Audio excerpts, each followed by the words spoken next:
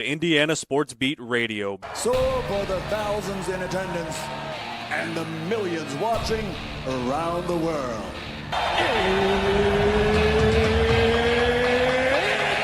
Time! 3 on the way. Oh! It went in! It went in! And Indiana wins the ball game! Know your role and shut your mouth, you jabroni! Float game for the win! Ayler's gone. Goodbye. Touchdown, Indy. Woo! IU America. They got a football team now. It's pretty simple. I win. Google me. You know that I'm the cream of the crop. Oh, now, here's Jim Coyle.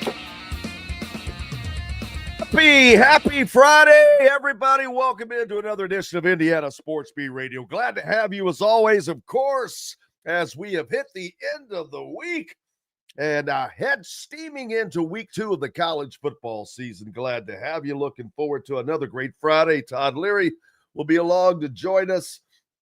Zach Ostman from the Indy Star, the Indiana IU insider for the Star, and Alec Lasley from thehoosier.com on 3 will also join us, as well as, in addition to football, we get you caught up on what's going on with basketball, visits, and such conversations that may be happening all around, and this, that, and the other thing.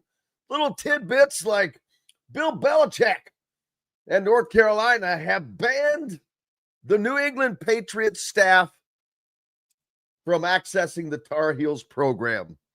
Oh, as the world turns, baby, it keeps on turning. This is yet another page in the ever-growing saga of Bill Belichick post-New England Patriots after going to 1,000 Super Bowls.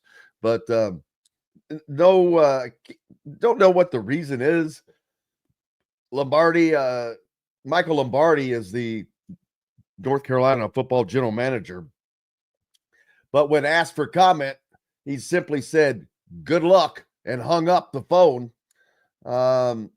Lombardi and Tar Heels pro liaison Francie Jourdain informed the Patriots that they would be banned from the UNC campus the day before one of their scouts was scheduled to visit last month. A source told ESPN Belichick spent 24 years as the coach of the Patriots, run that ended just 2 years ago. 2 NFL scouts who work for other teams told ESPN in North Carolina, under Belichick's leadership, offers limited access to all NFL personnel. Clubs are allowed to speak only with Jourdain, and UNC's college relations website says that scouts will have zero access to coaches or other personnel people. Yeah, so Bill Belichick continues, even in his college days, of course. That's great for those athletes that are looking for that next level access. The term zero access appears 3 times on UNC's college relations website, a page accessible only to NFL personnel. One scout said NFL personnel are only able to watch 3 periods of practice at UNC.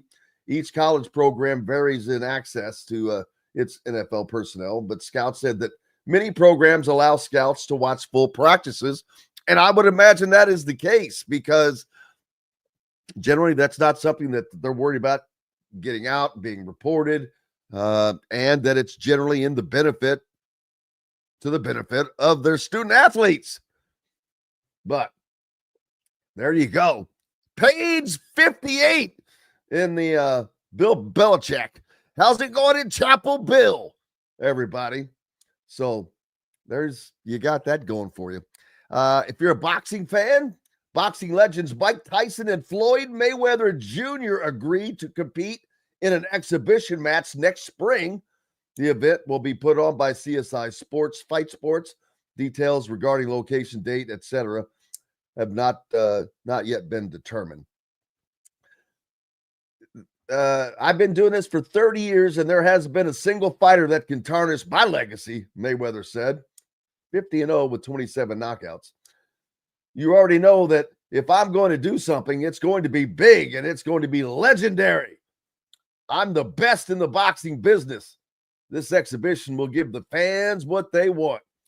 Mayweather, now 48, retired after knocking out MMA superstar Conor McGregor in 2017. He has since competed in 8 exhibition fights, with his most recent one against John Gotti III. Oh, that could have gone badly, huh? Oh, no comment. Though his bout with Logan Paul was the biggest of his exhibition to this point, stepping into the ring with the former heavyweight champion Tyson is certain to dwarf his previous engagements. Okay, by the way, Mike Tyson had 44 knockouts out of his 59 wins. 44 came by way of Bye Bye Birdsong. How's everybody doing? Glad to have you on this Friday. What a crisp and cool Friday. Hello, Señorache. My old Spanish teacher, Mr. Hoffman. Señorache, Jaime says, hola. I've been watching Breaking Bad again, so the Spanish is coming back a little bit. I think you'll be proud, Teach. How's everybody doing, man? What a great Friday. A little crisp, fall-like feeling out there. I know it's September, but this is early September. We don't got to get this temperatures until a little bit later on. Senior Ache says, got to find an effective way to be able to score whenever they penetrate the red zone. Expect to see a big change tomorrow. Have to agree with that. There's no way Kurt Signetti was happy at all with one of their biggest attributes from a season ago, as they led the nation in red zone efficiency, going 4 of 7 against Old Dominion. Not going to diminish the Dominion, but yeah, you've got to, especially the way they dominated on the ground. They rushed for over 300 yards, but couldn't punch it in. You had a drop touchdown, which that's going to happen. If you watch the Dallas game last night, Dallas and Philadelphia, fun game, especially that first half. They lit it up, but the second half was not kind to CeeDee Lamb. Holy smokes. He dropped 2.5 passes. He dropped 2 that were right in the breadbasket. One was a huge drop that would have put him in scoring position in a game that they only trailed by 4. Third one was would have been a great catch, but great players make great catches, make great plays. So Justin says Hurts was his fantasy quarterback. Well, you didn't have too bad of a night. He was probably racking up the points. He had 2 first-half touchdowns.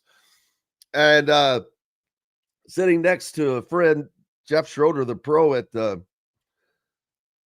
Golf Pro at Eagle Point, and he was complaining that he didn't take the over for the game. And we were in the first half, and I'm like, it was like 49, I think. And I'm like, yeah, that's still kind of high. He goes, no, look at this. And I'm like, the difference in NFL football is there are always a lot of adjustments that happen at the half. And I said, I wouldn't expect the second half to be like this. And boy, I don't think either team scored. I think the halftime score was 24-20. I'd have to go back and look, but if there was, it was just a field goal, I believe. But yeah, zippos in the second half. Fun game to watch to get the NFL season started. That's a tough loss for Dallas, as you have an opportunity to knock off the reigning world champion Philadelphia Eagles, and on the road, no less. On the road, no less, and can't get that done. Yes, it would. Yes, it would. But I enjoyed it, getting to watch that game. So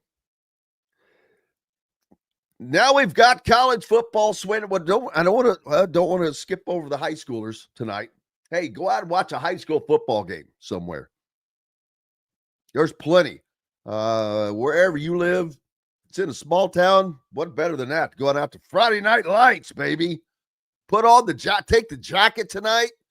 Gonna be good. Oh, mercy. It is going to be nice. Yeah, Caleb says anyone that had the over has to be unbelievably upset because there were 41 points in the first half. Yeah. That's nuts. I would not have expected it to be that low, but that's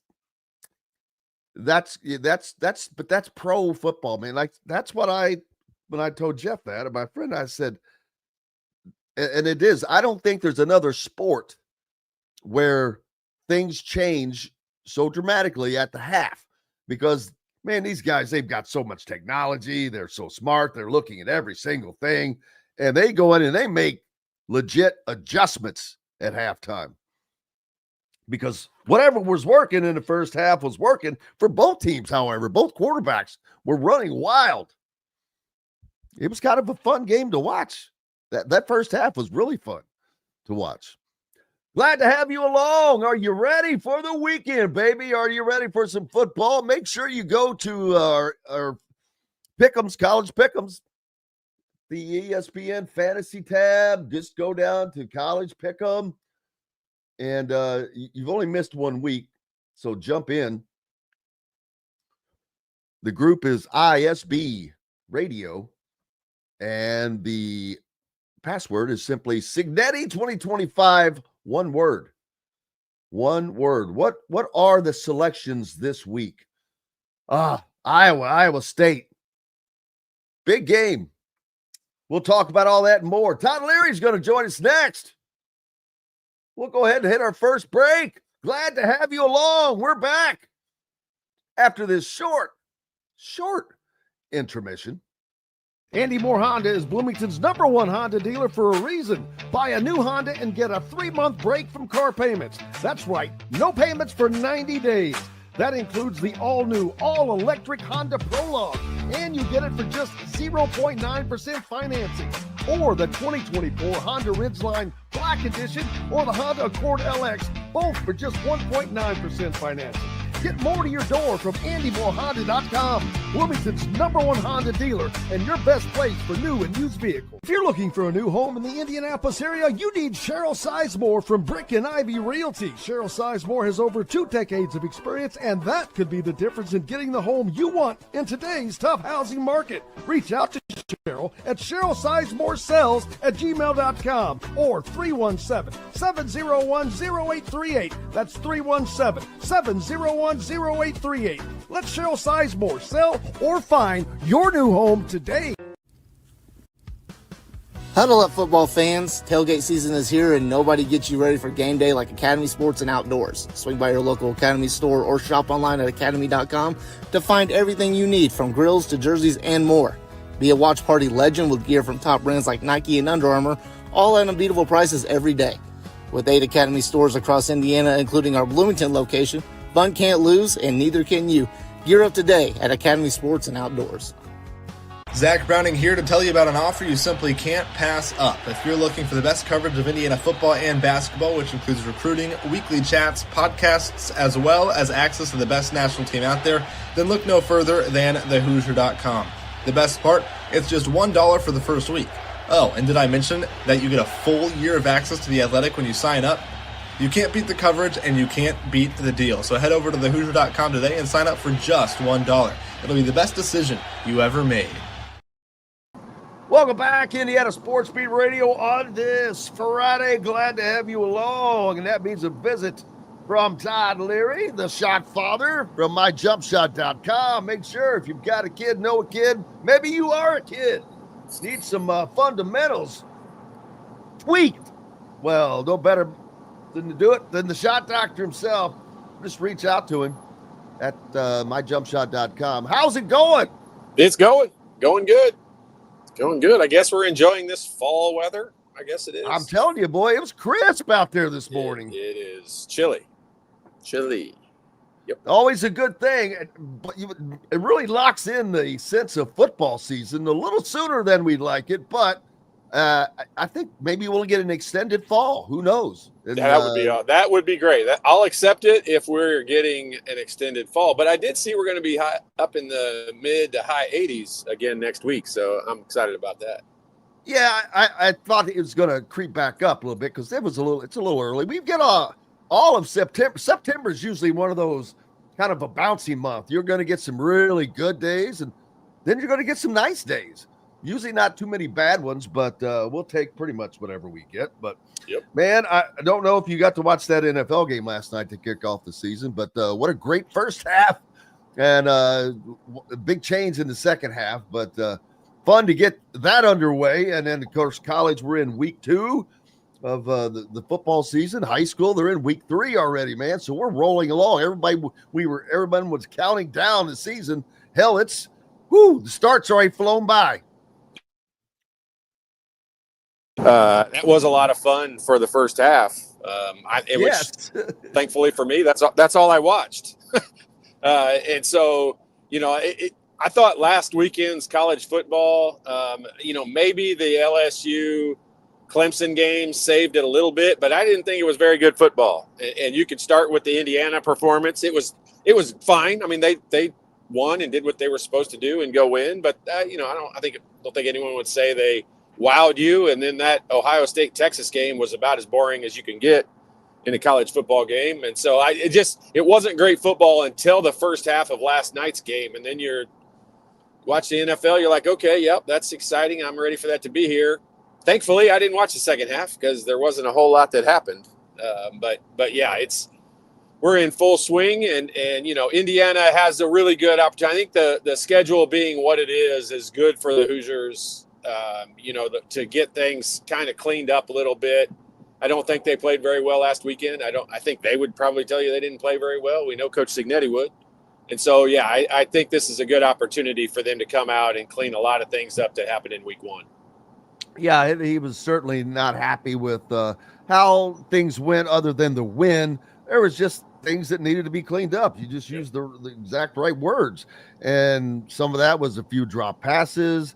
The red zone was a little weird because they kind of pushed Old Dominion around for the most part all day, rushing for over 300 yards, but got down on the goal line, and it got a little tight for them, which was, and I mentioned this earlier, Indiana led the nation last year in red zone efficiency, and starting out 4 of 7 against one of your non-con teams, not exactly lighting it on fire.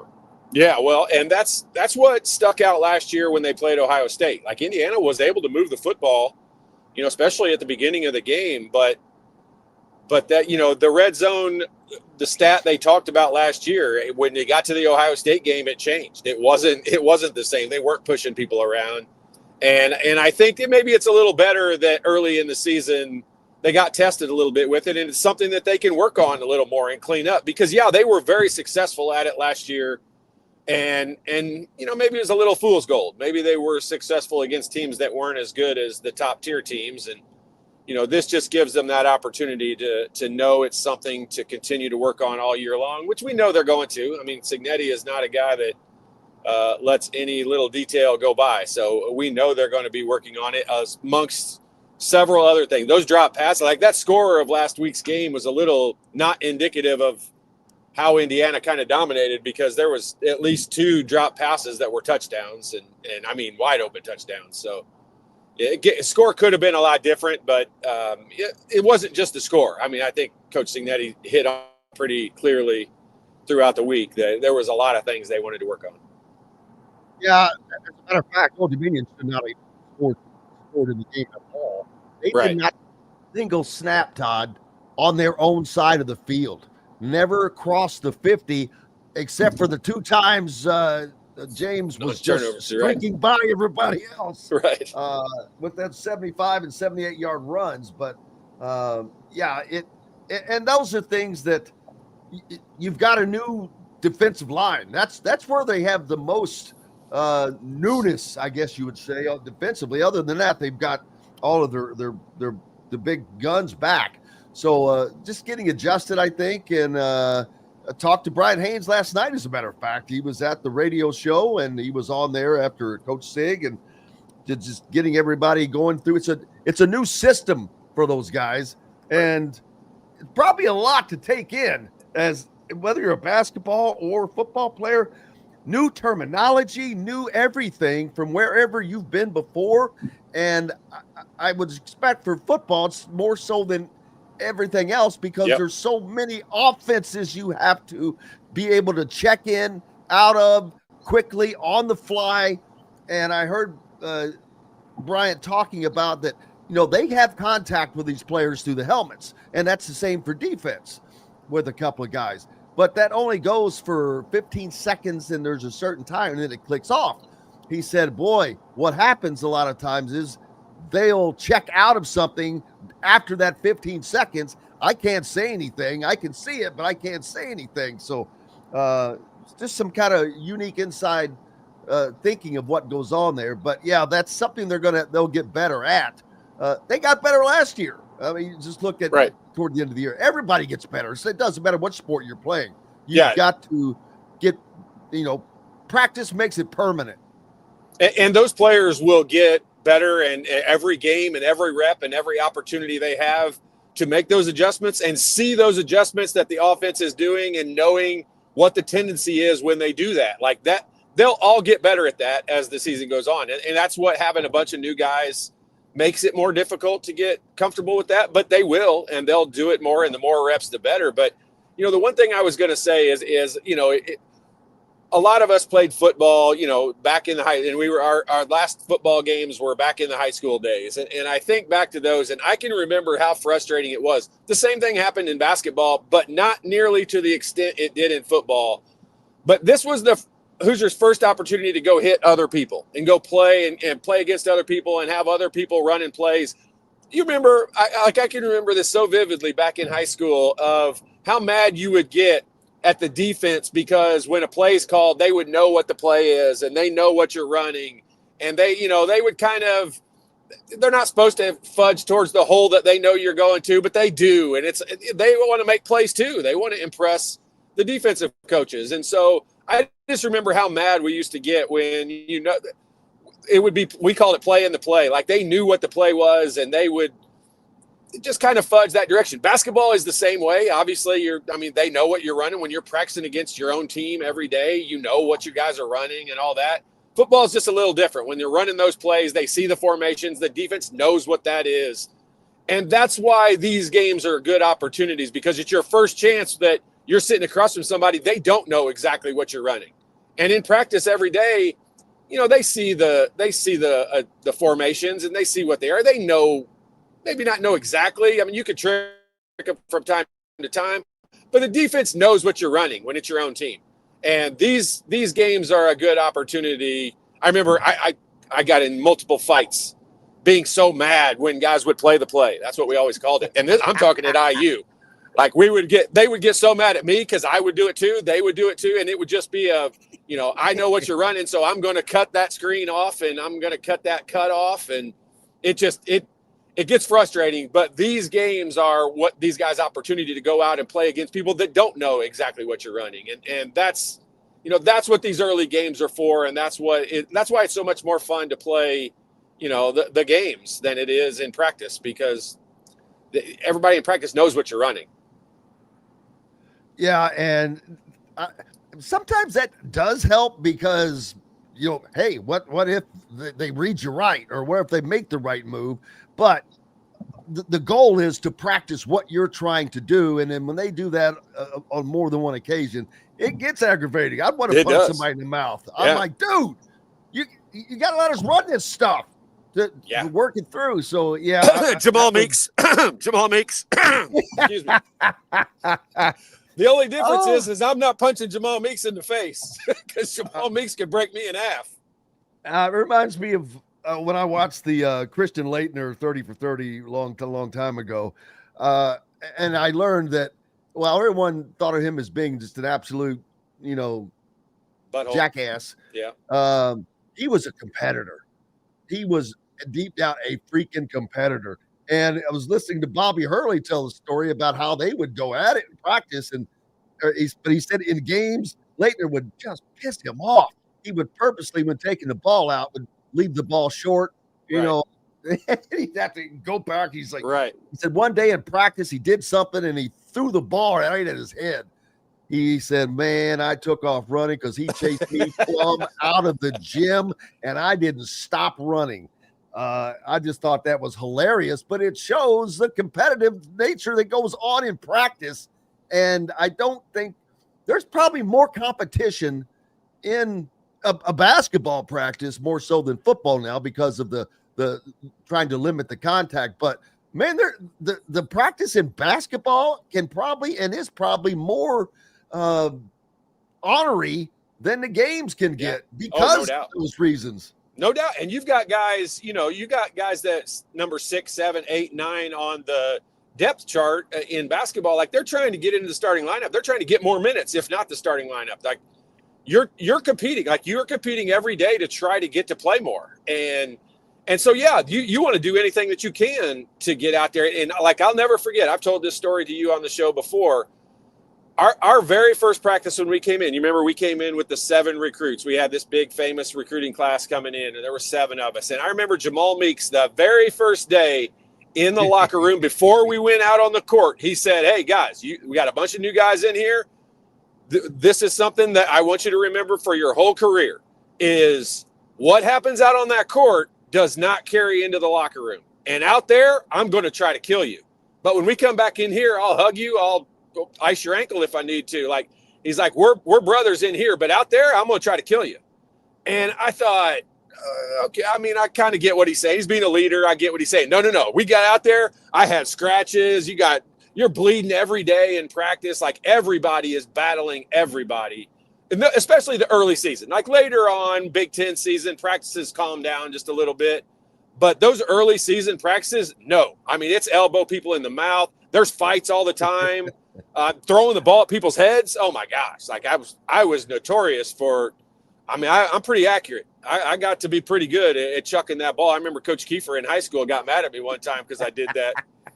and I thought it was kind of a cool thing, and coaches don't like it as much as I thought it was cool. But yeah, I give Jamal that credit all the time because there needs to be that guy on every team that just puts it out there and says, "Hey, look, when we're out on the field, we're warriors and we're battling.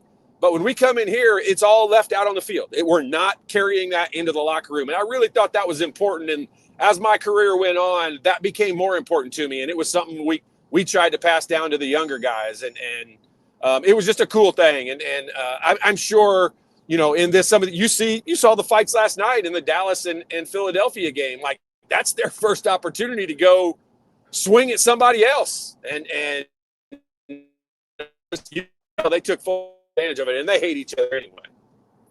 Yeah, exactly. Those are two bitter rivals. But I'm glad you brought that up because Jalen Carter tossed early for spitting. Oh my gosh! I can understand so much. I can get the fighting this and that all the time.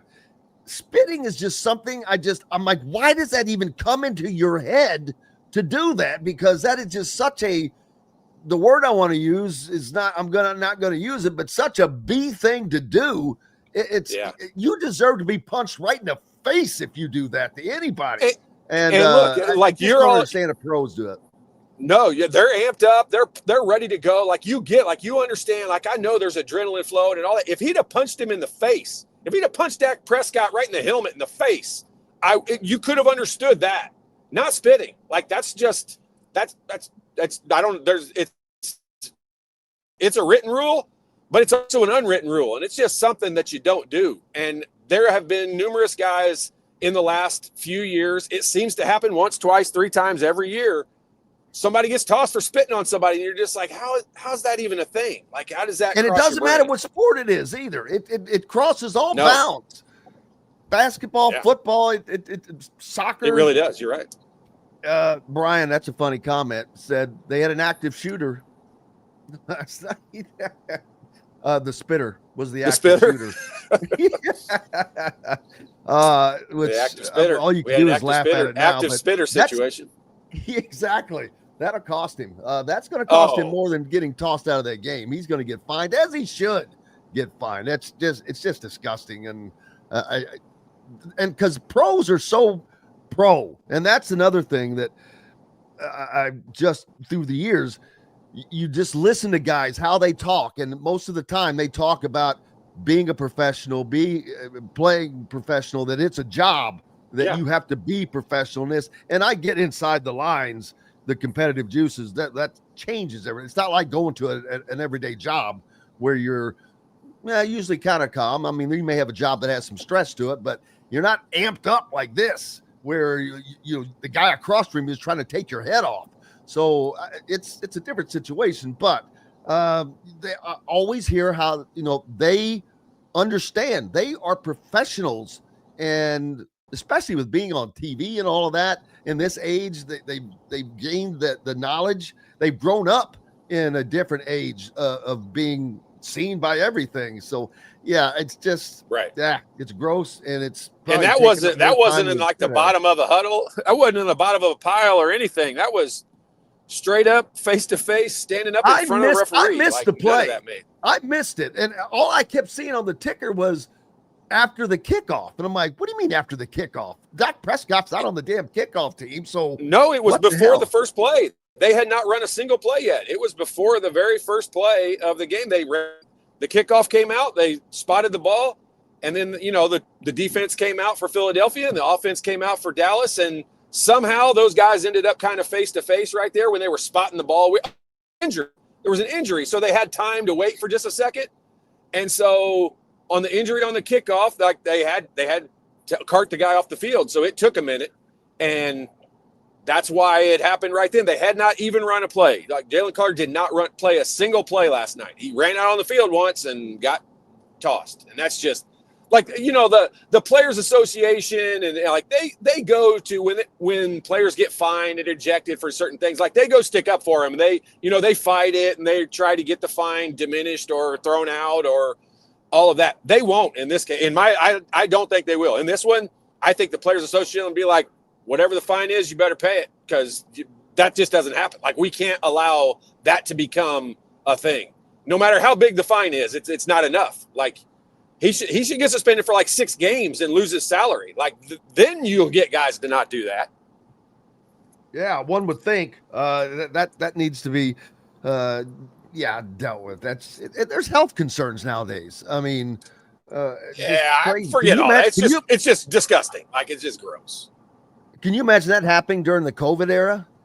Yeah, I mean, look at what Rudy Gobert endured from just trying to make the joke. Remember when he had the microphones and he was just and he wasn't maliciously, like, we didn't know it was that big a deal at that time. But there is some kind of health concern with it and all that. And I don't want to get back to everybody with masks and all that stuff. But I mean, it's just gross. Like, you just don't do that. It is a written rule, but it's also written rule, and it just doesn't happen. It should not happen. And hopefully, I want to say he'll learn from it, but I mean, he's an adult. I know he's young as a player, but he's an adult. Like, he should know that already. But hopefully it just doesn't happen again. We don't have to talk about it anymore. Yeah, hopefully so. Hey, during your playing days, George Raveling was in and around the game, and did you have any interactions? Didn't he? See, I know he coached at USC. Did he coach at Minnesota at one time? I think he coached at Iowa, didn't he? Wasn't he at Iowa? Iowa, is that where it was? Yeah, I'm pretty sure he was at Iowa. But he was a good friend with Coach Knight, and actually he had a son that was the same age as us. And so Pat Knight, or roughly the same age, and so he was a friend of Pat Knight. So when we would go for the summertime, I remember me and Matt Painter and Pat Knight, and I can't remember Raveling's son's name. I cannot think of what his name was, but we would all pal around and hang around Bloomington quite a bit. He would be at Pat's house, quite a bit. And then Coach Raveling, I don't think was coaching at the time when I was in school. And so he spent a lot of time in Bloomington. Coach Knight hosted a lot of coaches from across the world, actually, but across the country, and guys there for like a month every year. I've never been able to stand Digger Phelps since then. He's the worst. But I mean, George Raveling was definitely a guy who was around a lot, and he was a really good friend of Coach. I think he was an assistant coach on the Olympic team with Coach, if I'm not mistaken, but I'm not 100% on that, but I think he was. Played at West Virginia. I did not know that. So, see, and back when he played, 3 of their players were denied lodging in a local hotel, and I think, who was it? One of the well-known players, I just missed it. Elgin Baylor refused to play at a game in Charleston because of that once. But anyway, you want to talk about coming from humble beginnings. His family lived above a grocery store in an apartment whose bathroom was shared by 4 families, and his dad died when he was 9. Wow. His mother was committed to a mental institution a few years later. At 14, his grandmother sent him to a Pennsylvania boarding school. There he earned a basketball scholarship. You want to talk about bringing yourself up out of the gutter. Yeah. And doing what he did, and was such a well-respected guy as well. And a lot of accolades. So thoughts with him, you lose someone like that. That's a piece of history, man. And, I guess I didn't catch the beginning of that. Did he pass away? I missed it. Yeah, I'm sorry, I didn't mention it. Yeah, I buried the lead there. He passed away at the age of 88. So he lived. It's not like he died early. Right. I guess any day is. I guess, you can always consider it early. I would always consider my death date early, no matter when it comes. Right. Right. Yeah. I don't think you're going to be ready for it, no matter what that is. But yeah, I mean that. We celebrate the life. When you get to people that are that age, you celebrate what a great life they had, not that it's a tragic thing that they're gone. It always surprises me when they say we're dealing with the tragedy of a loss of someone that's 88 years old. You're like, I mean, it's kind of expected, I guess. But he was a good dude. He was a good dude. He was a good basketball dude. I liked him a lot. Like, he was one of the guys that in the summer, I remember my first summer that was there, he was there in the summer.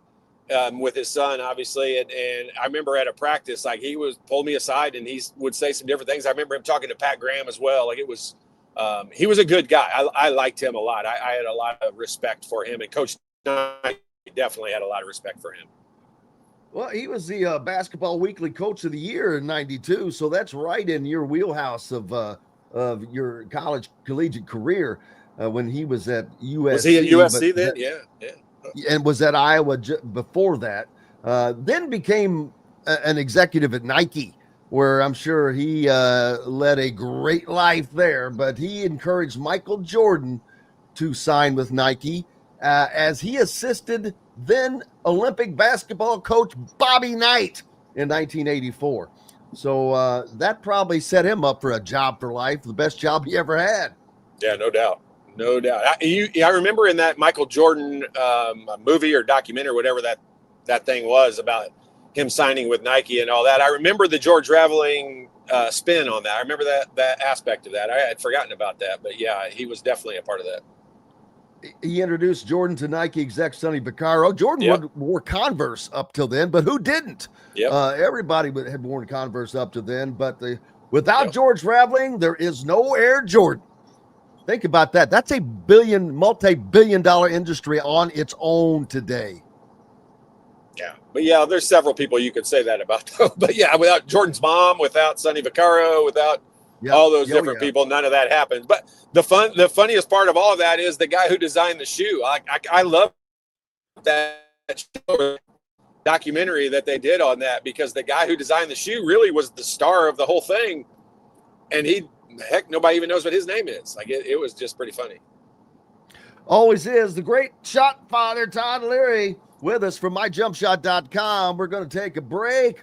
We'll be back. And when we do, they got some men's early bracketology out, which is nothing more than fodder to talk about, to be honest with you, because it's like this football season when you have all these teams that are Alabama, which Florida State not ranked and moves up 26 spots in the ranking. Yeah, that tells you the ranking was wrong. That tells you nobody knows what the hell they're talking about today. I mean, it used to be, you were probably decently close. Now it is a freaking roll of the dice because nobody knows what these teams are going to be like. But we'll take a quick break. Shot Father's with us. We're back with more from Indiana Sports Beat Radio. Stick with us. just a quick break away. If you're looking for a new home in the Indianapolis area, you need Cheryl Sizemore from Brick and Ivy Realty. Cheryl Sizemore has over 2 decades of experience, and that could be the difference in getting the home you want in today's tough housing market. Reach out to Cheryl at CherylSizemore@gmail.com or 317-701-0838. That's 317-701-0838. Let Cheryl Sizemore sell or find your new home today. When it comes to apparel and promotions, Freethink has you covered, literally, whether it's 24 or 200 shirts for sports leagues, businesses, or groups. Freethink Apparel and Promotions can also create your very own merchandising store. Freethink Apparel and Promotions did it for Indiana Sports Beat Radio, and they can do it for you. Whether it's screen printing, embroidery, digital printing, promotional products, vehicle wraps, or anything else under the promotional line. See what Freethink Apparel and Promotions can do for you at freethinkapparel.com. Huddle up, football fans. Tailgate season is here, and nobody gets you ready for game day like Academy Sports and Outdoors. Swing by your local Academy store or shop online at academy.com to find everything you need, from grills to jerseys and more. Be a watch party legend with gear from top brands like Nike and Under Armour, all at unbeatable prices every day. With 8 Academy stores across Indiana, including our Bloomington location, fun can't lose, and neither can you. Gear up today at Academy Sports and Outdoors. Whether it's a night out with the family, after work with colleagues, or catching the game with friends, Bubba's 33 is the place for you. Bubba's 33 offers a mouthwatering menu of selections that are all made from scratch every day. The portions are big, but the prices are small. And with over 50 big screen TVs, you'll never miss the big game. Bubba's 33, pizza, burgers, beer.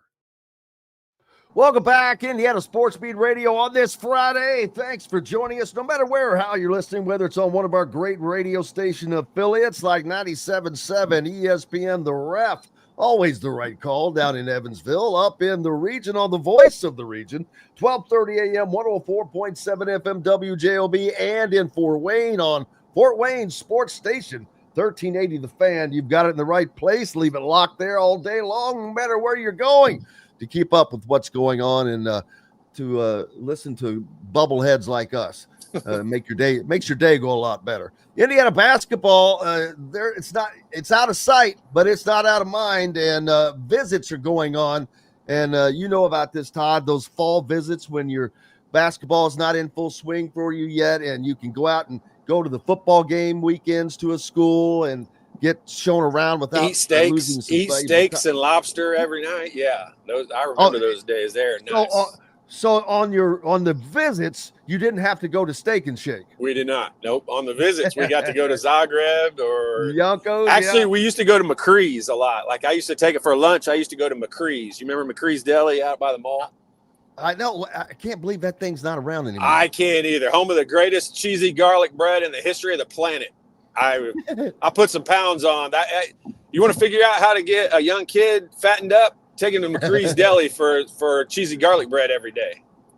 Well, 2026 top 40 guard Junior County, and that is his name, Junior County, of Wasatch Academy in Utah, is the next member of this class to take an official visit to the Hoosiers starting today, which continues a busy schedule for the IU basketball staff. County cut his list to Indiana, Arizona, Purdue, Maryland, and UConn following the end of the summer circuit play. The rest of the visit schedule, he goes to Arizona next week, Maryland the week after that, and UConn after that. Man, Indiana is on so many short lists of big-time players. We saw that some in the past, but you could tell there was no traction with most of those players. They were just on the list. That's different now. These guys are actively being recruited. And so I don't know how many they're going to get or which to that, but they're going to land some of these guys, which was not really happening before. It was just like a courtesy.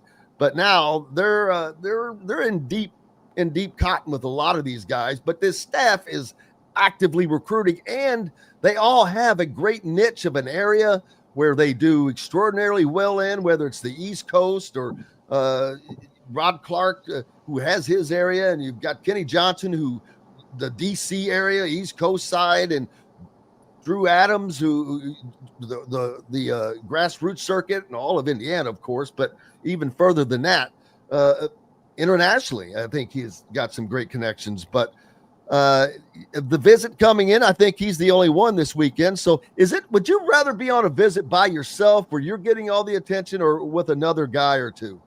I did it both ways, and I can't really say it was, when I went away to Minnesota, I went and visited Minnesota. I actually visited with Matt Painter. And like that one, I really appreciated someone else being there. I was so far away from home. I didn't know anybody. Obviously, they wine and dine you and they take you around and do all the stuff. But that one was one that was fun to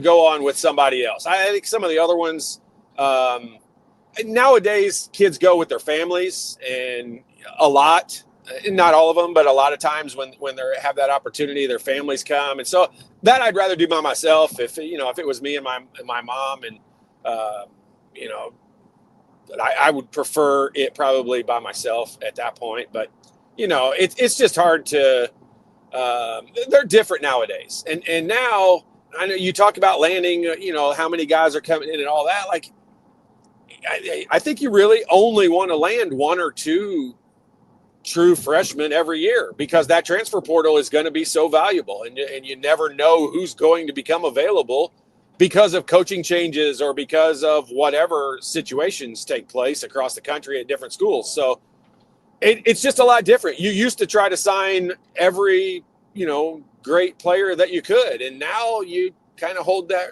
back a little bit. And Indiana's not the only school doing that. So that's why I think Indiana becomes more on the radar for some of these other schools, because Kentucky's not trying to sign 5 freshmen anymore, and neither is Duke. And there was a lot of years when, out of that top 25, out of the top 5-star guys that are rated across the country, between, Duke and Kentucky, there's probably 7 or 8 of them right there every year. And that's just not the case anymore. And so I think those guys, there's more schools involved, because those schools are only taking 1, 2, maybe 3 of those guys at a time.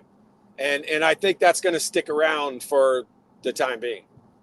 Yeah, and I've been saying for a while now, I do not think that anybody should be taking more than 3 freshmen unless they are a Cooper Flag type. That doesn't count up to me against the freshman list. He's not really a freshman if they're that. But other than that, you almost can't, because, I fall back on the phrase that Kurt Cignetti uses, production over potential. And potential lies with the freshmen generally. Production usually lies with the guys that already have the experience. You know what they've done. You know what they can do. And in this day and age where transferring is just like going to get another job someplace else, it is readily available, and it's going, I equate it all the time of Walmart. Man, well, I need a point guard. Well, they're out on aisle 5. Well, I need a center. Well, you got to go back over there in the hardware section. And that's basically what the portal's like. It is. You can go get what you want. So, I don't see a lot of, but they are going after a lot of guys, which I do wonder how many freshmen are in this class that they intend to or would want to bring in. Because for one thing, you never know how much you're going to need. You know the guys that are going to be gone if they're graduating or whatnot, but you could have a fine relationship going, but all of a sudden at the end of the season, somebody gets a better offer, and boom, didn't expect to lose him.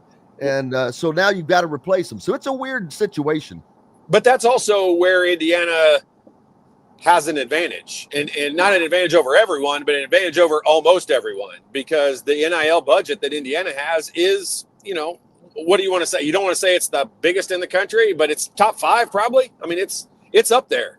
And so you are not eliminating yourself from any recruitment of any portal guy or incoming freshman because of money, where, there are a lot of schools that either they don't have the money to pay it, or they just simply, it's their philosophy, they're not going to pay it. And so Indiana is in a little different boat with that. And I think when you look at, you now have guys in there in the staff, the coaching staff, that are full blast 100% recruiting 12 months a year. You know, there's no off season for recruiting. And so when you've got those guys doing that, accompanied with an unlimited NIL budget for the most part, you're going to be on a lot of radars, and you're going to be, you know, a guy that's from Utah that you're talking about that has Arizona and UCLA and some of those schools on his list, also has Indiana on his list because their NIL budget. And that's probably because of a relationship with an assistant or somewhere along the lines. But more than anything, it's because of the NIL budget. Because if that wasn't there, they would not be on those radars. And that's what gives Indiana a little bit of a leg up on most other schools. And he correctly says you have to have quite a few irons in both fires. Yeah, and that is dead on. Yep. It's something that I think Matt Painter is yet to completely make that switch to, because he's been able to keep his core of guys. I don't know how much longer that will be able to continue, especially after this season when they lose Braden Smith and Fletcher Lawyer and Trey Kaufman-Wren, the triple crown that they have had for the last 40 seasons. After that, I don't know what it's going to be like. Now, he's going to recruit the same type of players until that changes, so maybe it doesn't change a whole lot. I'm telling you, they're set up. They have a different, you know, I think they're the one program I can name off the top of my head that is going to withstand not totally buying into the transfer portal game, but dabbing into it a little bit, or, you know, at least getting the overseas player that they got, who's a very, very nice player. And they're going to be fine. You know, they've got that Jakari Harris as a backup point guard.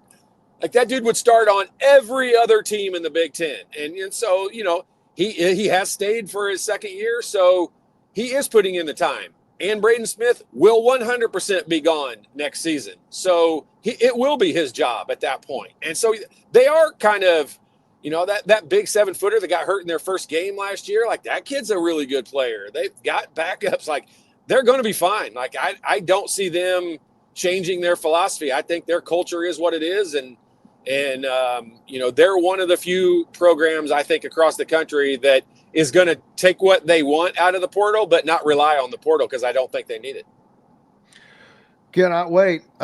This is shocking news to you. Last week I was playing golf with Kit Klingelhofer and Brent Hutton and another guy. 48 on the front, which is about standard. 38 on the back for me, my brother. There he is. Legit, straight up. I was not keeping score. I was not alone, so I was not cheating. It was unbelievable.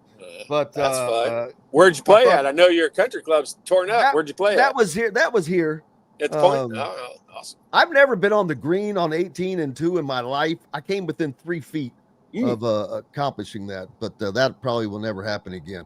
Brother, I hope you have a great weekend. Enjoy this weather. Appreciate it. Look forward to it, man. Todd Liry, the shot father from myjumpshot.com, joined us, and appreciate him as always. We've got lots more coming up here on Indiana Sports Beat Radio. Back after this. Know a team or group needing a fundraiser? Boost Fundraising raises more money faster and offers the most unique and user-friendly online fundraiser in the nation. Your team receives personalized fundraising pages for each team member. Free team-branded promo gifts shipped to each donor. Boost Fundraising does it all. Sports teams, marching bands, charity causes, and community groups. Go to boostfundraising.com and be sure to enter the promo code COYLE, that's COYLE, to receive a discounted fundraiser.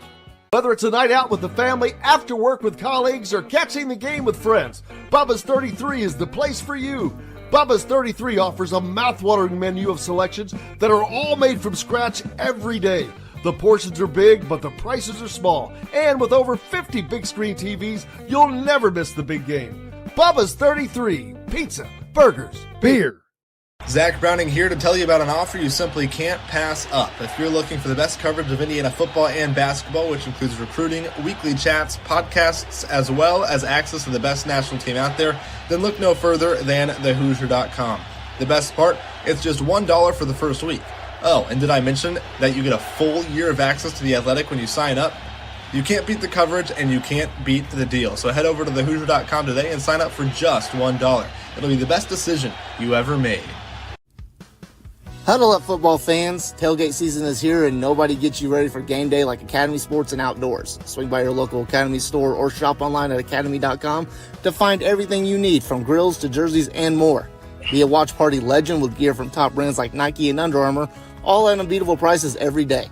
With 8 Academy stores across Indiana, including our Bloomington location, fun can't lose, and neither can you. Gear up today at Academy Sports and Outdoors. Welcome back, Indiana Sports Beat Radio, coming to you on this Friday as you have made it to the end of the work week and heading into week 2 of college football season. Zach Ostman, the IU insider for the Indy Star, joins us now as always. Zach, how has your week gone, man? This weather's been incredible. Yeah, it's been great. Sorry, I'm in the car. I just dropped my kid off, so I figured it'd be better with no camera on my end. But probably smarter on your side. Absolutely. Hey, I say this all the time. I'm sure most people would prefer that I didn't have a camera on me. So it's all good. Indiana busy with visits this weekend on both sides of men's basketball and, of course, football. On the basketball side, Junior County of Wasatch Academy in Utah coming in, top 40 guard, and he's high on Indiana. And that's, I've talked earlier with Todd Liry, and I said, Indiana had done a good job previously of getting on these lists with guys, but it never really seemed like they were in contention before. But now you can tell they are actively being recruited and courted, and the interest is different. I think that County, and what a name, Junior County. When I first saw that name, I had to ask if that was real. I'm like, really? Hey, it's always great having a different name. You can really do some work with that in the NIL world now. But 6'4" guard, he averaged over 13 points and nearly 5 rebounds and 3.5 assists per game on the Nike EYBL circuit. But impressions of Indiana were great because I know how much of a great basketball school Indiana is in their history of winning, he told the Hoosier.com. And it never fails to amaze me how kids today, when they hear Indiana, even though Indiana has not been Indiana for 2.5 decades, it still resonates that the winning tradition is there. And it maybe not achieving the level that they have, but the desire, the fan base, the notoriety, it's all still there. And we'll get Zach back on. We lost him there for a second, but that means something, because in this day and age of social media and everything, these kids, none of these kids were alive when Indiana was truly a dominant player in the college game. I guess you could go back to 2013. They were alive during that period, but that was like a little blip compared to the great successes that they achieved prior to that, during Todd's era and before and somewhat after that. But it still resonates as a basketball place, even after last year's college football playoff appearance, a historic football season. Still a basketball school. That I will guarantee you. So they'll have the visit in this weekend, as they'll be. All eyes will be on Junior County, but he's not the only visitor this weekend. Indiana also has plenty of football players coming in as well, visiting, and they'll be courting those guys. If I was coming for a visit, I would do my damnedest to make it for like the Illinois game, Michigan State, UCLA, Wisconsin, all of that.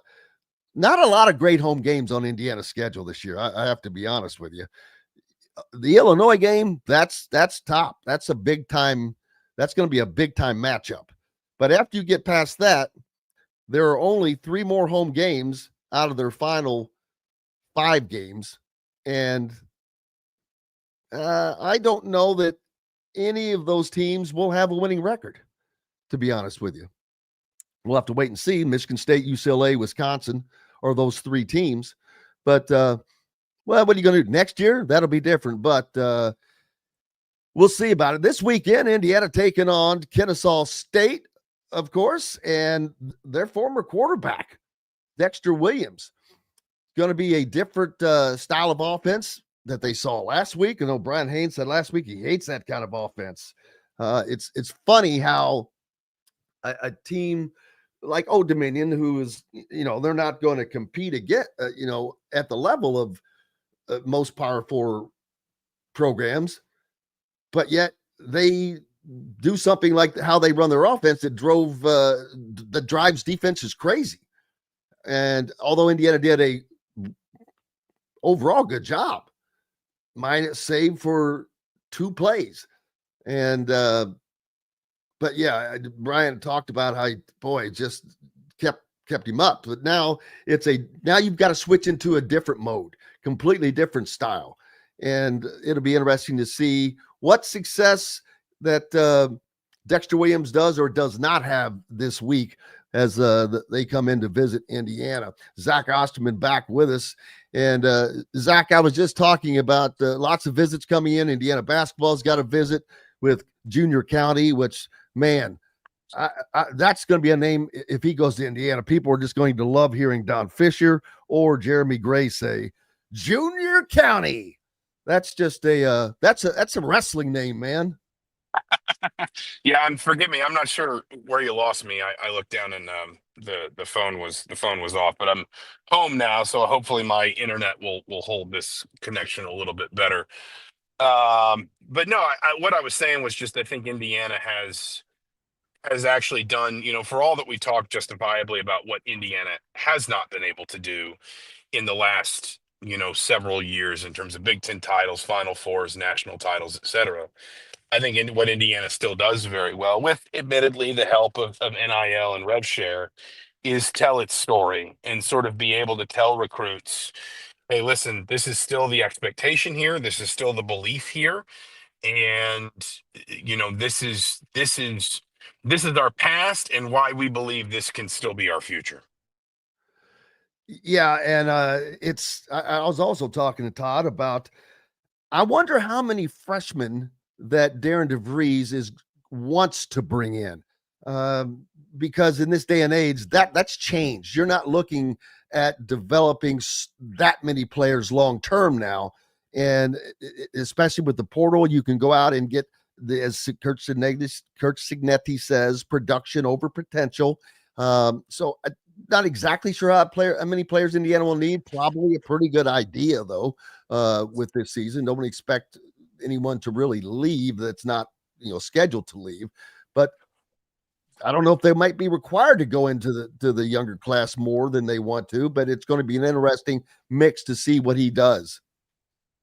Yeah, Indiana obviously was very portal heavy last year, and you're probably still in a position, if you're IU, where you feel like you are going to be pretty portal heavy through maybe at least one more cycle. I mean, at the moment, I think Indiana is expected to lose I don't have the numbers in front of me, but I think 6 players will be out of eligibility after the coming season. That, that's half your roster, and that's even before you consider the possibility that somebody decides to transfer, or, an underclassman has a better season than you expect and wants to test the NBA draft or whatever.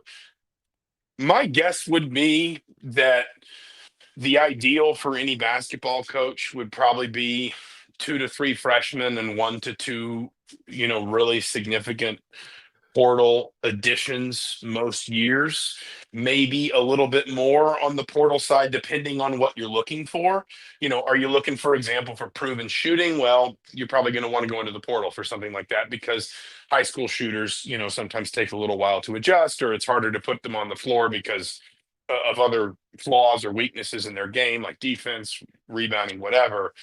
I think like long term, if I'm guessing, I think if you're Indiana, you're probably going to want to turn over no more than about 5 roster spots a year. I think that's a reasonable number in the portal era. I think that's also a reasonable number if, as any program would want to, you want to get to a place where you aren't graduate, or you aren't sending, you are sending a number of players, to the NBA on a sort of a regular basis. And I would say that, if the number is 5, then I would say 3 freshmen, 2 portal is probably a healthy number, in terms of that means that you're in a situation where those freshmen are becoming sophomores and juniors that are productive, that develop, that really kind of grow in your culture and your system, and then eventually become much more impactful players as they get older.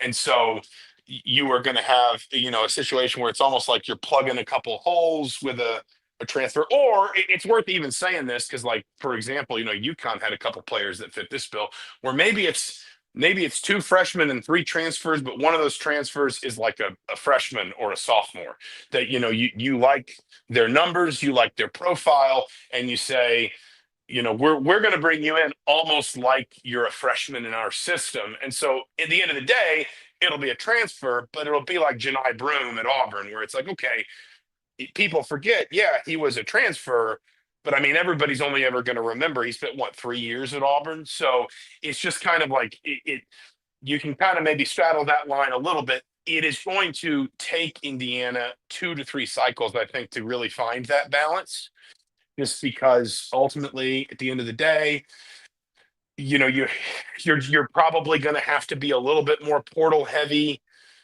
sort of the next cycle, and then maybe a little bit like it's almost like it staggers down each year for maybe about 3 years if you do the job right. But if I don't know that Indiana's going to get to a place, and maybe I'll be proven wrong, but I don't know if Indiana's going to get to a place where it's like, boom, nothing but freshmen in year one. We don't need to worry about anything else, because you have pretty significant roster churn coming again next spring. Yeah, and that's always just going to be, it's a balancing act now. It's someone mentioned earlier, you've got to have a lot of irons in both fires, and that's exactly true. You've got to be managing. It's crazy, all the things the coaches have to do now with re-recruiting your team sometimes, but the better, and it's not always going to be the case, but the better you recruit overall, probably the less recruiting you'll have to do if you can get the right fit, the right guys. I know money's going to, be a part of that now, but there are certain guys that are probably going to build their program, hopefully in a more structured way. I know Matt Painter has been able to maintain that. He's probably going to have to move a little bit toward the other direction, but probably not a lot, because he will not likely change what he's doing. So great balancing act coming up, and we'll see how that works out for DeVries and crew. On the football side of things, Zach, Indiana coming off of a win, not the most glamorous win of the season, but it wins a win. And week one, you've always going to find things you got to work on. They did. They saw them, and they'll reboot it as they'll take on Kennesaw State and former quarterback Dexter Williams. Another different style of offense, although obviously had a running quarterback last week. They're going to be seeing another one this week. Yeah, I've made this comparison a lot in the last few days, and everybody knows I'm a little more soccer brained than most people. For a variety of reasons, like advanced analytics were a little bit later to come to soccer. And because soccer is such a small outcome sport, because at the end of the day, it's a very small number of like actual scoring opportunities that decide most games. I think soccer really sort of struggled with how to apply those analytics for a long time. And I think probably the most consistent way we have figured out to really take that stuff and overlay it onto the game is not as much predictive in the way that you might think of like baseball analytics as predictive, but more sort of almost when I say analytical, I know they're called analytics, but this idea of you have a very small number of outcomes that decide a soccer game. It ends 2-1. Then you have these analytics that tell you maybe what the stats and the numbers say the result should have been. And what I think we've done with soccer is we've almost taken those two and we've lined them up next to one another and said, when we see similarities, why do we see them? When we see differences, why do we see them? And we've learned more about how to use those analytics to apply to things like team building and recruitment and things like that. We're not talking in analytics in terms of what Indiana did on Saturday against Old Dominion. I kept wanting to say Florida International. We're talking in terms of raw numbers, but it is kind of the same idea, which is you look at the score and then you look at the underlying numbers and you ask, where the deviations are and why the underlying numbers, why the numbers, as my beat colleague Mike Nislik said, under the hood don't reflect necessarily the score. And you sort of ask yourself, like, which is the truer gauge of Indiana's potential this season? The 500 yards of offense, the 3 turnovers, the fact that ODU didn't take a snap in Indiana territory, the 309 rushing yards, I think they had 230-plus yard runs. They only had 5 all of last season, so maybe a little bit more explosivity, if that's a word. Explosiveness certainly is a word in the run game. All these different things, or is it the smaller outcomes, the drop touchdown pass, a couple of misses that Fernando Mendoza has, either in the red zone or in that LeBron Bond throw. I don't think they're in the red zone at the time, but he's got Bond open there. That should be a touchdown. He would tell you it should be a touchdown. The missed red zone opportunities elsewhere, the individual sort of defensive busts, which is sort of more indicative of what we think Indiana should be, will be long term. And I feel like the underlying numbers, and I think Kurt Cignetti was sort of trying to say this. On Monday, he even had some final, some alternative final scores in mind. I think what he was trying to say is, really in our mind, we see this as, if we'd done just a little bit differently, if we'd been just a little bit better, the underlying numbers say we should have won this game by a lot more. And I think if you're Indiana, what you want to see, and it sounds simplistic, but I mean, sometimes it's a simple conversation. What you want to see is that reflected Saturday against Kennesaw State, where you see a lot of those same numbers, you see a lot of those same performances, you see a lot of those, sort of new skills and traits. Fernando Mendoza's ability to push the ball down the field, Roman Hemby's explosiveness, whatever, continue developing depth, yada, yada, yada. But you're paying off drives in the red zone. You're not missing those throws. You're making the block at the 1 yard line. You are preventing a pretty sort of basic quarterback run option from becoming a 75-yard touchdown run, because you're staying true to your keys, and you're staying disciplined to what you're trying to do. So I think Kurt Cignetti, my suspicion is he looked at that game and he felt like the process was good. We just have to sort of refine and fine tune some small things to make sure that the result starts matching the process going forward. But Indiana's got to do it. And I think that there's an extent to which, and I'm not trying to demean Indiana State, but I think there is an extent to which you feel like you almost want to see it by the end of Saturday's game, because Indiana State is going to be kind of Indiana State's not really, I think, going to prove to you anything you don't already know about your team. If you thought about last year and you thought about those first 2 games as being designed to make sure Indiana was ready for UCLA, then I think these 2 games need to make sure Indiana is ready for Illinois. And I think that that's what makes Saturday's game important. Absolutely. And seeing a familiar face, not familiar to any of the probably not any of the players, and especially the coaches on today's Indiana team. I'm sure there may be a few holdovers.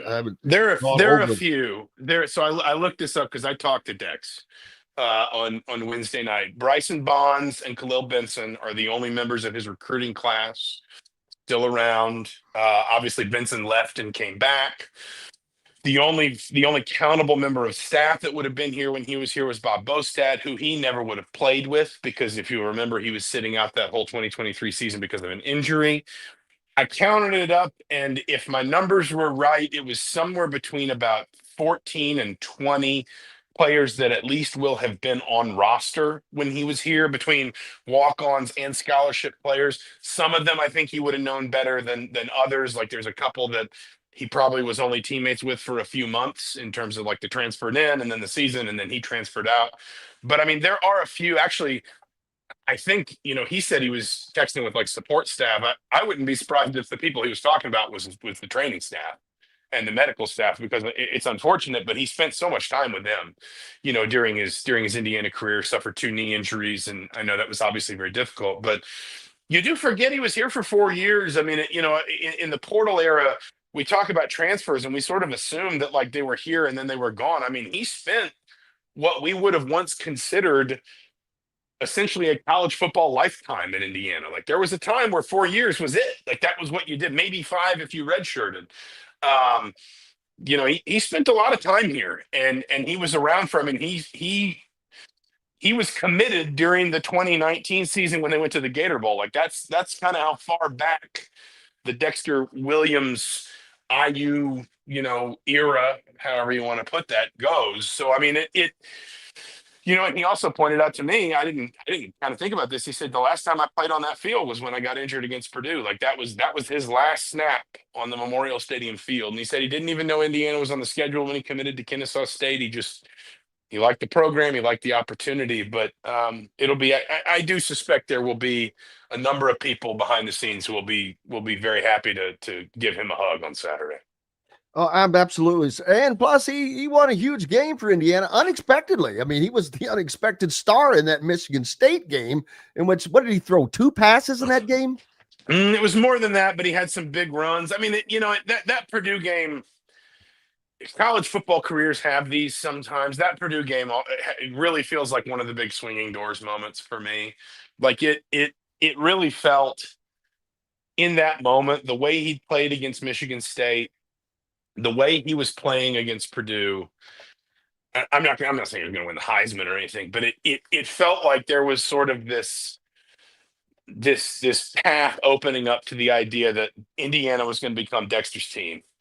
And that Purdue team played for a Big Ten title. Now, obviously, that was Michigan kind of steamrolled them. Michigan was just much better than anybody else in the conference over that 2-year period. But that Purdue team won the Big Ten West that year. That was the last year of divisions, if memory serves, or maybe it was I think it was the second to last year of divisions. But it felt in that moment between the Michigan State game and just a lot of the moxie and toughness that he showed in leading that comeback, which people forget, like they were down, I think, 17 points in that game. I mean, that was a very unlikely win. It wasn't like they were down 8 with 6 minutes left and we call it a comeback win. Like it looked like, especially backdropped against the direction that season was moving at the time, it looked like they were done. And then Dex comes in, he wins the Michigan State game, despite the fact that Indiana's, in a 3-score hole. And I mean, for all the world, it looked like they were going to beat Purdue that day. They were running a bunch of option stuff that Purdue clearly was not prepared for. That's not something you can fix on the run. And it felt like, for a minute anyway, like Indiana's going to finish 5-7. They're going to win both their rivalry games. They're going to win 3 more games than they did a year ago. And they've got a quarterback who's got the dual threat, the athleticism, got to refine the arm talent, or got to refine the accuracy, but the arm talent is there. And you can do some, creative stuff with him, moving him around. And he's really well liked in the locker room. And he's really gregarious. I remember Tom Allen saying he thought he'd be the mayor of Macon, Georgia someday, where Dexter Williams is from. It really did feel like kind of a swinging doors moment that if that just kind of catastrophic knee injury somehow is avoided, and I don't know the medicine enough to know whether or not that was just something that was almost inevitable in some ways. But if he doesn't suffer that injury, and he gets that whole off season to be, Indiana is Dexter Williams' team, and everything gets built around him, and he gets to go through spring with that and develop with that. I'm just curious what it looks like in 2023, and it's unfortunate for him the way it happened. Obviously, for Indiana, ultimately, it winds up going in a good direction. You just hope that Dexter Williams is able to have some success too. Yeah, you always want to see good people do well, but not at the expense of whomever your rooting allies lie with. So, but getting on the other side, Indiana, their offense, pretty vanilla last week is one way to describe it, but that is somewhat understandable. But in the vanilla, it wasn't as clean as Coach Signetti and everyone else would have liked to have seen. A drop pass here. I guess the biggest thing was with Indiana able to basically push Osterman around with over 300 rushing yards. Couldn't the red zone, in which Indiana was the best at in the country last year, kind of I don't want to say an eye opener, but it's an attention getter for the Hoosiers as they went 4 of 7. Getting stopped down there on the goal line that first time was like a little surprising. Yeah, I mean, listen, on the one hand, you say Indiana, like last season was the extreme end of the outcomes when it comes to red zone offense.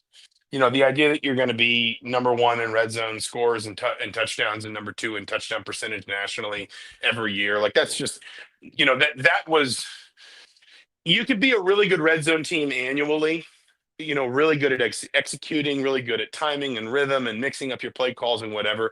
And you're still not going to put those numbers up, 19 years out of 20. Like that's, to be number 1 or number 2 nationally is always going to be a little bit of an outlier. I think you have some concerns with the way you ran the ball in the red zone. It does feel a little bit like a slightly different stable of running backs, and it's only one game, so let's not overreact. But we talk about Indiana had 2 30-plus yard runs last season, or last weekend. They only had 5 all of last season. I think Mike Nislek, I think Mike had the stat that since 2014, they've only had 2 or 3 300-yard rushing games as a program. And listen, that's, I know Indiana's had some pass-heavy offenses, but Indiana's had some pretty good backs at the same time. And that, when you think about Jordan Howard, Divine Redding, Stevie Scott, obviously, last season with Lawton and Ellison, it's not like Indiana has been starved for running back talent in that time period.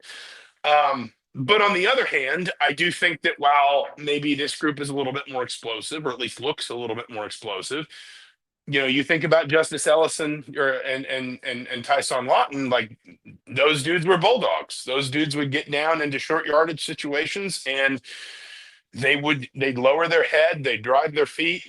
They would not stop until they got you forward. They were fall forward backs. They were, chunk yardage backs. Indiana had last season a lot of runs of 10+ yards. I think they were 2nd or 3rd in the conference in runs of 10+ yards. And just not very many runs. They were much more middle of the pack in 20 and 30 and 40+. So they weren't as explosive, but they were very productive and very efficient. And when you get, I want to say all of Tyson Lawton's rushing touchdowns last season came in the red zone. And then when you couple that to, Curtis Rourke was unbelievable in the reds. He was arguably the best red zone quarterback in the country. And again, you can't expect to have the best red zone quarterback in the country, period, end of sentence, every single year. But it is a little bit of sort of, if as you say, you're probably keeping a lot of your more creative play calls, kind of tucked away for a couple weeks. You might open a few more of those up this week just to make sure that you've worked on it a little bit in a live game setting. But in general, you're going to keep a lot of that stuff to yourself until you get to the big games. And then when you consider that maybe some of the skill sets are different, some of the emphases are different, Fernando Mendoza would sit here and tell you that he left at least 2 red zone touchdowns on the field just with bad throws. He was saying that post-game Saturday. But I think if you're Indiana's offensive staff, you probably also come out of that game saying, okay, we knew we had guys that were different. We knew we had guys that weren't quite what we had a year ago. We maybe need, Signetti referenced the plan. That was the term he used, the plan in the red zone. We maybe need a little bit of a better plan for some of these guys, whether it's offensive linemen, running backs, quarterback, whatever. Maybe we've got to adjust what we're doing to make sure that we're putting them in the best position to succeed. And so I think, I think Curt Cignetti would tell you if they had Old Dominion to do over again, they punch that first red zone touchdown in. Maybe Omar Cooper doesn't drop that touchdown pass that he's wide open. And then if literally you change only those 2 outcomes, that Indiana scores from 1st and goal on the 1 and Omar Cooper catches that 50-something yard touchdown pass, then I don't think then a lot of the conversations that we're having right now, I don't think, we maybe are noting the red zone stuff, But we're talking about Mendoza, 250 yards and 2 total touchdowns. We're talking about Indiana winning 41-14. We're talking about, oh, they covered again. You know, Roman Himby looked good or whatever. Even the red zone, it's like, hey, they scored on 5 of 7 trips and 5 of 6 in non-garbage time. That, you know, that last possession kind of doesn't count in terms of red zone trips because they weren't trying to score. They were just trying to run the game out. So this is where I think you kind of talk in terms of underlying numbers versus outcomes. I think Kurt Signetti would say we are 2 very, very simple plays away from all of this feeling a lot less uncomfortable. And that's where I think this weekend, Indiana might feel like it is an opportunity to maybe put some things right, maybe kind of prove a bit of a point. And maybe do, you know, what they did last year. I don't think Kennesaw State's anywhere near as bad as Western Illinois. I'm not trying to pick on Western Illinois, but let's just be very fair. You don't score 77 points very often in college football. But I think there's a world where we walk out of the stadium Saturday and we say that we feel like we saw the same sort of week 1 to week 2 growth from Indiana, and that whatever happens against Indiana State, provided Indiana can stay healthy, Indiana looks ready for that Illinois game in week 4. Absolutely. Zach Ostman, the IU Insider for the Indy Star. Make sure you're giving Zach a follow. Keep it up with his great coverage and commentary, and be a subscriber. Keep local papers alive. I'm always been a proponent since I was a freshman in high school. Zach, appreciate you, brother. Look forward to seeing you tomorrow. Absolutely. Thanks for having me as always, Jim. Thank you, my friend. More coming up here on this Friday edition of Indiana Sports Beat Radio. Alec Lasley from thehoosier.com joins us next. Back with more right after this. Andy Moore Honda is Bloomington's #1 Honda dealer for a reason. Buy a new Honda and get a 3-month break from car payments. That's right, no payments for 90 days. That includes the all-new, all-electric Honda Prologue, and you get it for just 0.9% financing. Or the 2024 Honda Ridgeline Black Edition or the Honda Accord LX, both for just 1.9% financing. Get more to your door from AndyMooreHonda.com, Bloomington's #1 Honda dealer and your best place for new and used vehicles. If you're looking for a new home in the Indianapolis area, you need Cheryl Sizemore from Brick and Ivy Realty. Cheryl Sizemore has over 2 decades of experience, and that could be the difference in getting the home you want in today's tough housing market. Reach out to Cheryl at CherylSizemore@gmail.com or 317-701-0838. That's 317-701-0838. Let Cheryl Sizemore sell or find your new home today. Huddle up, football fans. Tailgate season is here, and nobody gets you ready for game day like Academy Sports and Outdoors. Swing by your local Academy store or shop online at academy.com to find everything you need, from grills to jerseys and more. Be a watch party legend with gear from top brands like Nike and Under Armour, all at unbeatable prices every day. With 8 Academy stores across Indiana, including our Bloomington location, fun can't lose, and neither can you. Gear up today at Academy Sports and Outdoors. Zach Browning here to tell you about an offer you simply can't pass up. If you're looking for the best coverage of Indiana football and basketball, which includes recruiting, weekly chats, podcasts, as well as access to the best national team out there, then look no further than thehoosier.com. The best part, it's just $1 for the first week. Oh, and did I mention that you get a full year of access to The Athletic when you sign up? You can't beat the coverage, and you can't beat the deal. So head over to thehoosier.com today and sign up for just $1. It'll be the best decision you ever made. Welcome back, Indiana Sports Beat Radio, coming to you on this Friday. Glad to have you along as we head into the weekend. Week 2 of college football. Alec Lasley from thehoosier.com with us now. I talked earlier about Indiana basketball having a big-time visitor this weekend, and it's just having the one. All attention will be focused on him, and Indiana's in pretty good shape. With I'm drawing a blank on his name. I just was talking about it a minute ago. But I need what's that stuff that you take for memory? Well, I think you need more than just a pill. I think you need probably a lot more there. I need an injection, baby. I need an injection. But yeah, Indiana has a visit of course, Indiana football with plenty of visitors this weekend, but just a lone visitor on the basketball side, which probably makes it easier on the staff. Yeah, absolutely. And in the live recruiting period, evaluation period started on Wednesday too. So coaching Junior staff was out County. and How do about. I remember? All I talked about was his name earlier, and I'm like going, how do you forget that? Man, he's going to be able to do some NIL stuff with that. No, absolutely. But yeah, he's on campus this weekend. It was a busy week for the coaching staff being out on the recruiting trail. Made a couple stops here earlier in the week, Wednesday and Thursday. Junior County arrived last night, so the big bulk of his visit gets going today, and we'll wrap up then through Saturday. But as of right now, it seems like Indiana needs to probably come from behind a little bit.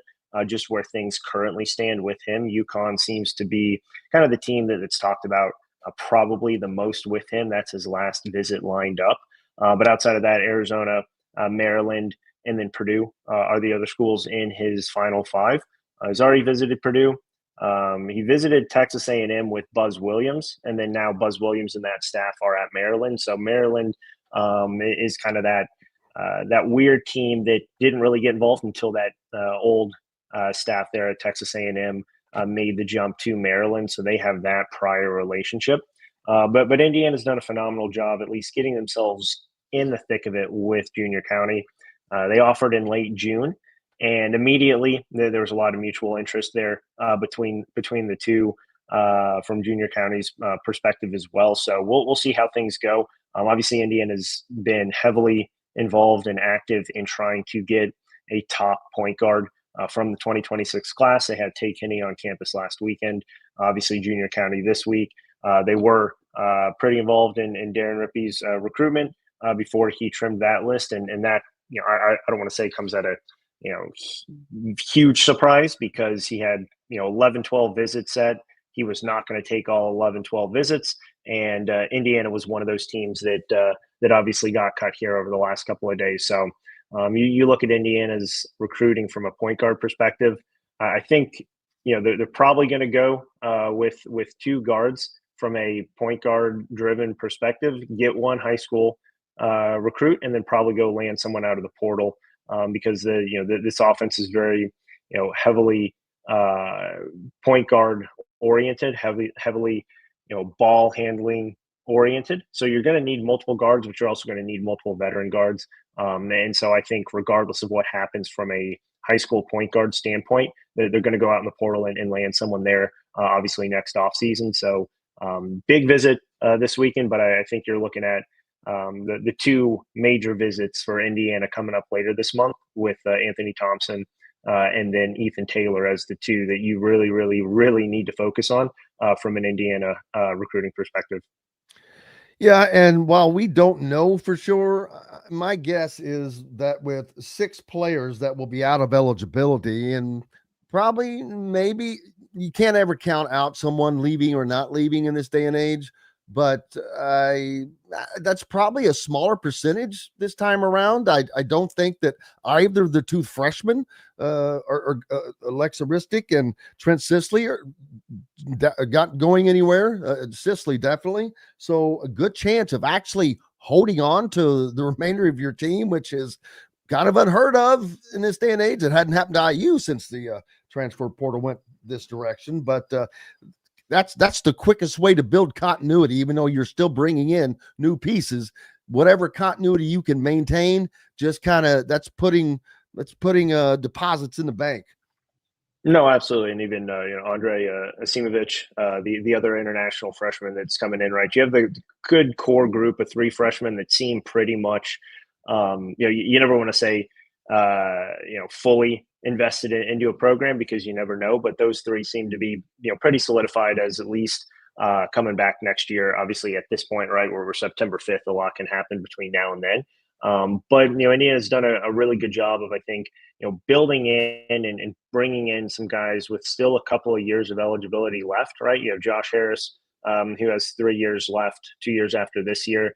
You have obviously Josiah Miles, Jason Drake, as a couple other guys who still have an extra year after this season. So, there's still some ability to have some continuity there with some of those guys if they do come back.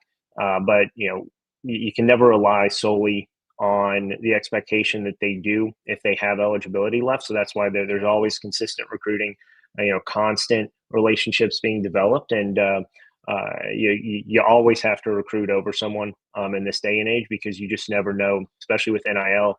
Right? We saw it more and more this year with guys, quote unquote, re-signing with a team just for a couple weeks later or a month or two later for another team to swoop in after they may have missed someone in the portal and raise that price for that guy, and then he goes and enters his name in the portal and then signs elsewhere. So it's a consistent battle of wanting to have continuity, but knowing that you can't fully trust anyone in any current environment in this day and age, outside of maybe a handful of players. So it'll be interesting to see kind of what that roster looks like in the offseason, but they're obviously going pretty hard after some very, very talented 5-star and top 25, top 30 players in the 2026 class that are, more oftentimes than not going to make an impact, especially with a guy like Ethan Taylor and then Anthony Thompson, two guys who obviously are, Indiana fighting neck and neck for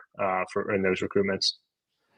Absolutely. Football team, of course, also has visitors coming in. That's a game in, game out thing weekly when you during the season for that to happen. So that will continue. But something of note, the NCAA, we're looking at major changes in the transfer portal. And in D1 football, there are two windows. There is the January window and there is a spring window. There's been so much consternation about that stupid January one before, because you would have teams that had not played their final game yet, but guys that either leave or the 4-game thing where they're watching the red shirt, and that may not change anything. But the changes that they're looking at is to move the January transfer window, which I'm going to assume is completely out of the season, which is, I don't know why that was even there to begin with, but to also eliminate the spring window, because you had teams like Nebraska, Matt Rule, and others who didn't even have a spring game because they're like, hey, man, we have a spring game. Guys have a great spring, and all of a sudden they're on the market. And now my team has changed. So that anything they can do on the transfer window, I'm in favor of. I still wish there was some limitations to the transfers instead of unlimited. But at the same time, I have to say college athletics has never been better, never been more entertaining, never been more fun to watch. Basketball, football programs that have not been successful, i.e. Indiana, are able to not only compete, but challenge programs that have been sitting at the top for all these years. So it's a catch-22 situation. No, it absolutely is. And I saw something about this, right? Because if you look at the dates, right, if you're going specifically in that January window, I think it would be January 20th is kind of that last day. But for a school that's on a quarter system, right? I saw this from our friends, the Northwestern on 3 site that were talking about this. So Northwestern football, right? They begin their semester about 3 weeks earlier, or I guess their quarter, right? Because they're on quarters, not semesters. 3 weeks earlier than that second semester would be for like an Indiana perspective, right? Coming back from winter break. And they start classes on January 5th before the portal is open up. So there's a lot of, different type of scenarios where you kind of have to play around with how does that impact, some of these other schools that may not be on a semester by semester basis or on quarters, and how that lines up with the opening and the closing of the transfer portal window to get these kids eligible to actually be enrolled in the school.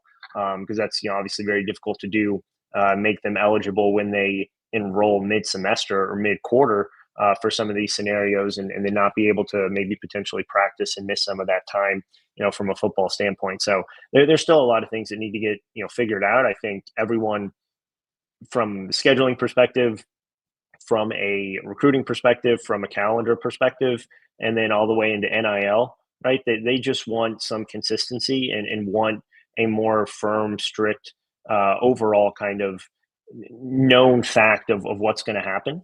And when you can make that spread out from, all the conferences and all the teams. I think that's just, something that'll not necessarily even the playing field, but just make things a lot more consistent for these coaches to go out and recruit and know kind of where they need to address certain needs and know specifically what their roster is going to be like at a certain time. And right now, it just isn't that way. A lot of different aspects that they have to kind of navigate through. And that's why you see, multiple different positions added to coaching staffs and, the general manager who's now become such a big part of the sport from a football and basketball perspective, because there's just so much that goes on that a head coach can't deal with from the recruiting standpoint and roster retention standpoint, that there's a lot of things that still need to get cleaned up. And I think they're making the right steps to get there, but there's still a long way that needs to go before we actually kind of have some consistency from top down. Yeah, it's going to come down to schools doing a great job of maintaining guys, which I know some guys are always going to be mercenaries. And when a great offer comes along, it's hard to say no to, because we're talking life-changing money, people. While it's not the Powerball, which if I win, you probably won't see. We won't see you tomorrow. Yeah. I'll is the drawing's not until tomorrow? No, it's tonight. I think it's Saturday night. I think it's Saturday night. Okay. Yeah. You probably won't see me on Monday. If that is the case, I assure you that. But I won't be gone. I would not leave.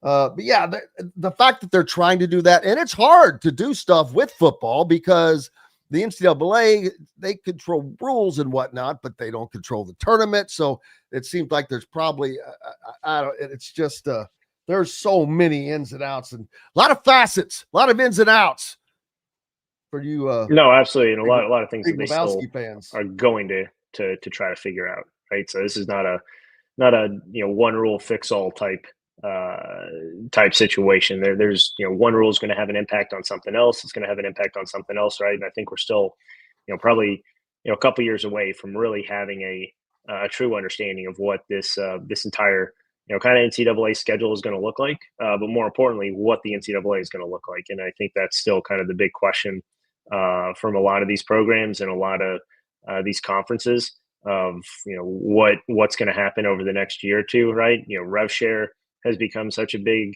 aspect of different teams and different conferences and media rights and everything. And that was not, the case, or at least as big of a scenario 2, 3, 4 years ago.